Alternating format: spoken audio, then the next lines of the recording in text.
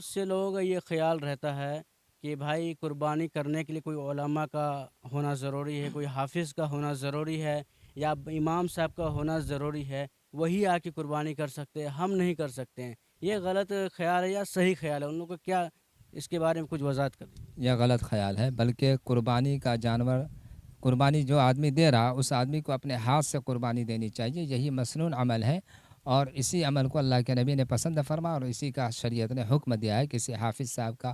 یا کسی عالم صاحب کا پکڑ کر لانا یہ ضروری چیز نہیں، یہ غیر ضروری چیز ہے جو لوگوں نے اپنے طور پر ایجاد کیا ہے۔ یہ بدعت طریقہ ہے، خود اپنے طور پر دینا چاہیے۔ البتہ جو لمبی دعا حدیث سے یا قرآن سے جو ثابت ہے، اگر وہ یاد نہیں ہے تو صرف بسم اللہ اللہ اکبر کر کے پڑھ کے جو ہے ذبح کر دیں۔ اچھا حضرت، ایک اور سوال، بس میں تو لاسٹ کہہ کے چھوڑ دیا تھا، لیکن پھر اور ذہن میں سوال آیا کہ بہت سے لوگ قربانی کرنا چاہتا ہے لیکن ان کے پاس مال نہیں ہوتا ہے، لیکن وہ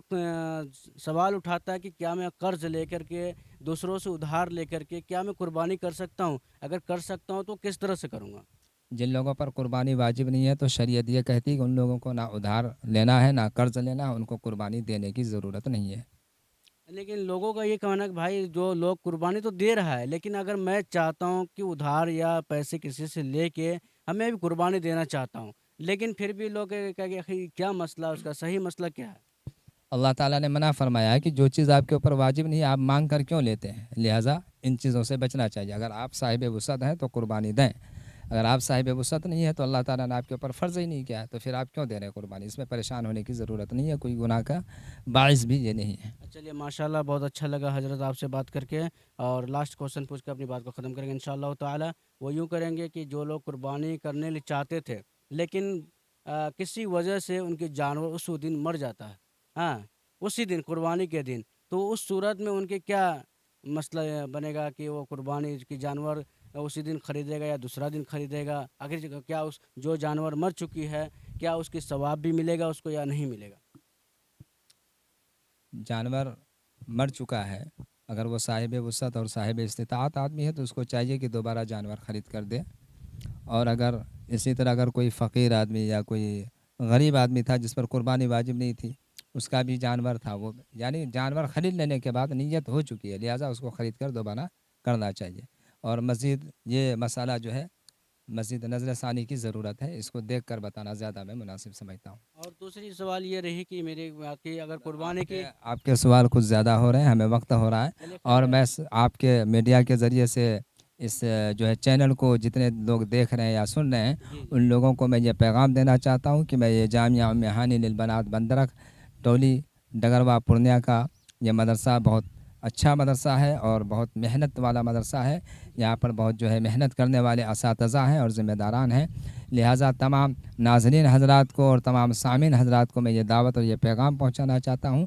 کہ اپنی اپنی بچوں کو اس ادارہ میں داخل کرائیں اور دینی تربیت اور دینی تعلیم سے اپنی بچوں کو آراستہ کرائیں، مزین کرائیں۔ اللہ تعالی ہم سب کو اور آپ تمام لوگوں کو نیک عمل کرنے کی توفیق عطا فرمائے۔ چلیے خیر، بہت اچھا لگا حضرت سے بات کر کے۔ میں آیا تھا یہ اس مدرسے کے اندر میں جو کہ لڑکیاں بھی پڑھتی ہیں اور کچھ بچے بھی چھوٹے چھوٹے پڑھتے ہیں، اور بہت سارے سوال میں نے حضرت سے کیا اور حضرت بھی پریشان ہو گیا، حضرت کو کہیں جانا تھا کہ قربانی کے بارے میں بہت سارے مسئلے ایسے ہیں جو باریکی مسئلے ہیں، ہر کسی کو جاننا ضروری ہے۔ بہت سے لوگ مسئلے سے جو بے فکر رہتے ہیں جانور کے بارے میں، جانور تو خرید لیتے ہیں، قربانی بڑے شوق سے کرتے ہیں، لیکن بہت سے مسائل جو ایسے ہیں جو نہیں جانتے ہیں، تو میری کوشش تھی کہ حضرت سے پوری مسائل کچھ وضاحت کی۔ قربانی ہمارے سامنے موجود ہے، کچھ ہی دن باقی رہ گئی ہے اور اس کے بعد ہم سب قربانی کریں گے، لیکن قربانی کرنے سے پہلے ان کی مسائل، جو موٹی موٹی مسائل ہیں، ان کو جاننا بہت ہی ضروری ہے۔ اگر آپ کے پاس کوئی ادارہ ہے، کوئی مدارس ہے، ایسی جگہ ہے جو آپ کے قریب میں کوئی مفتیان کرام رہتے ہیں، تو انہیں جا کے قربانی ان کے قریب میں جا کے قربانی کے ہر مسئلے کو سیکھنے کی کوشش کریں۔ مسئلے جانیں گے، صحیح مسئلے معلوم ہوگا، تب جا کے آپ کی قربانی بھی صحیح ہوگی۔ اگر صحیح مسئلہ نہیں جانا، صحیح مسئلے سے واقف نہیں ہوا، تو پھر آپ کی قربانی بھی کہیں نہ کہیں درست نہیں ہوگی۔ خیر، آپ لوگوں کو ہماری گفتگو حضرت مفتی صاحب سے جو ہوئی ہے آپ لوگوں کو اچھی لگی ہوگی۔ خیر، میں اپنی بات کو اینڈ کرتا ہوں، پھر کسی اور ویڈیو کے ساتھ انشاءاللہ ملتا ہوں، تب تک کے لیے السلام علیکم۔